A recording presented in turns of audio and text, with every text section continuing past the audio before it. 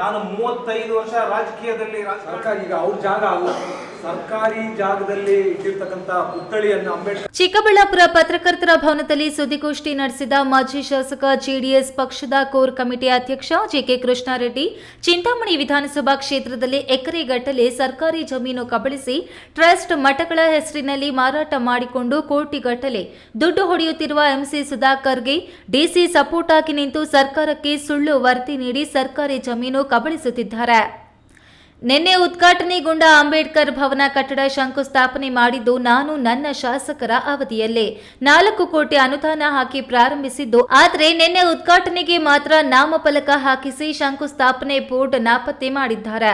ಒಬ್ಬ ರಾಜಕಾರಣಿಯಂತೆ ಡಿಸಿ ನಗರಸಭೆ ಅಧಿಕಾರಿಗಳ ಭಾವಚಿತ್ರ ಸಮೇತ ಡಿಸಿಎಂಗೆ ಸ್ವಾಗತ ಕೋರಿ ತಾಲೂಕು ಆಡಳಿತ ನಗರಸಭೆ ಇಲಾಖೆಯಿಂದ ಫ್ಲೆಕ್ಸ್ ಹಾಕಿಸಿಕೊಂಡಿರುವುದು ನನ್ನ ಜೀವಮಾನದಲ್ಲೇ ಇದೇ ಮೊದಲು ನೋಡಿದ್ದು.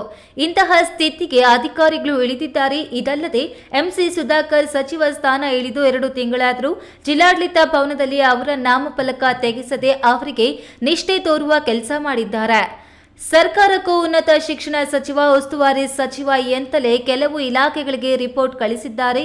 ಇಂತಹ ಡಿಸಿಯನ್ನ ನಾವು ಇಟ್ಟುಕೊಂಡ್ರೆ ಮುಂದೆ ಡಿಸಿ ಕಚೇರಿಯನ್ನೇ ಮಾರಿಬಿಟ್ರೂ ಅಚ್ಚರಿಯಿಲ್ಲ ಎಂದು ಆಕ್ರೋಶ ವ್ಯಕ್ತಪಡಿಸಿದ ಜೆಕೆ ಕೃಷ್ಣಾರೆಡ್ಡಿ, ಮೊದಲು ಅವರನ್ನ ವಜಾ ಮಾಡಬೇಕು, ಇಲ್ಲವಾದರೆ ಡಿಸಿ ಕಚೇರಿ ಬಾಗಿಲಲ್ಲೇ ಧರಣಿಗೆ ಕುಳಿತುಕೊಳ್ಳುವುದಾಗಿ ಎಚ್ಚರಿಕೆ ನೀಡಿದ್ದಾರೆ. ನಾನು ಪ್ರಥಮ ಬಾರಿಗೆ 35 ವರ್ಷ ರಾಜಕಾರಣದಲ್ಲಿದ್ದೇನೆ. ಮೊದಲನೇ ಬಾರಿಗೆ ಅಧಿಕಾರಿಗಳು, ತಹಸೀಲ್ದಾರರು, ಇವರು ಕಮಿಷನರು, ಇಒ ಮತ್ತು ಜಿಲ್ಲಾಧಿಕಾರಿ, ಯಾರೋ ಕಾಂಗ್ರೆಸ್ ಕಾರ್ಯಕರ್ತರು ಅಥವಾ ಬೇರೆ ಬೇರೆ ಕಾರ್ಯಕರ್ತರುಗಳು ಆ ಫ್ಲೆಕ್ಸ್ಗಳು ಹಾಕೊಳ್ತಾರಲ್ಲ, ಈ ರೀತಿ ಫ್ಲೆಕ್ಸ್ಗಳನ್ನು ನೋಡಿರ್ತಕ್ಕಂಥದ್ದು ಮೊದಲನೇ ಕರ್ನಾಟಕ ರಾಜ್ಯದ ಇತಿಹಾಸದಲ್ಲಿ ಒಬ್ಬ ಜಿಲ್ಲಾಧಿಕಾರಿಗಳು ಈ ಮಟ್ಟಕ್ಕೆ ಇಳಿತಾರೆ ಅಂತ ಹೇಳಿದ್ರೆ ಬಹುಶಃ ಇವೆಲ್ಲ ನಡೆ ನುಡಿಗಳನ್ನ ನೋಡಿದಾಗ ನಿಜವಾಗ್ಲೂ ಕೂಡ ಇವರಿಗೆ ಇವತ್ತು ಜಿಲ್ಲೆಯಲ್ಲಿರ್ತಕ್ಕಂಥ ಸರ್ಕಾರಿ ಜಾಗಗಳನ್ನ ಮಾರಾಟಕ್ಕೆ ಇಟ್ಟಿರ್ತಕ್ಕಂಥದ್ದು ಮೇಲ್ನೋಟಕ್ಕೆ ನಮ್ಮೆಲ್ಲರೂ ಕೂಡ ಗಮನಕ್ಕೆ ಬರ್ತಾ ಇದೆ. ಹಾಗಾಗಿ ನಾನು ಇವತ್ತು ಕರ್ನಾಟಕ ಸರ್ಕಾರಕ್ಕೆ ಒತ್ತಾಯ ಮಾಡ್ತೇನೆ. ಮಾನ್ಯ ಜಿಲ್ಲಾ ಉಸ್ತುವಾರಿ ಸಚಿವರಿಗೂ ಕರ್ನಾಟಕ ಸರ್ಕಾರಕ್ಕೂ ಇವತ್ತು ಮಾನ್ಯ ಮುಖ್ಯಮಂತ್ರಿಗಳಿಗೂ ಕೂಡ ಇಂಥ 4 ಜಿಲ್ಲಾಧಿಕಾರಿಗಳನ್ನ ಕೂಡಲೇ ಇವರನ್ನು ಅಮಾನತು ಮಾಡೋದಲ್ಲ, ವಜಾ ಮಾಡಬೇಕು ಅನ್ನುವಂಥದ್ದನ್ನ ಇವತ್ತು ಈ ಸಂದರ್ಭದಲ್ಲಿ ನಾನು ಕರ್ನಾಟಕ ಸರ್ಕಾರಕ್ಕೆ ಇವತ್ತು ಒತ್ತಾಯ ಮಾಡ್ತಾ ಇದ್ದೇನೆ.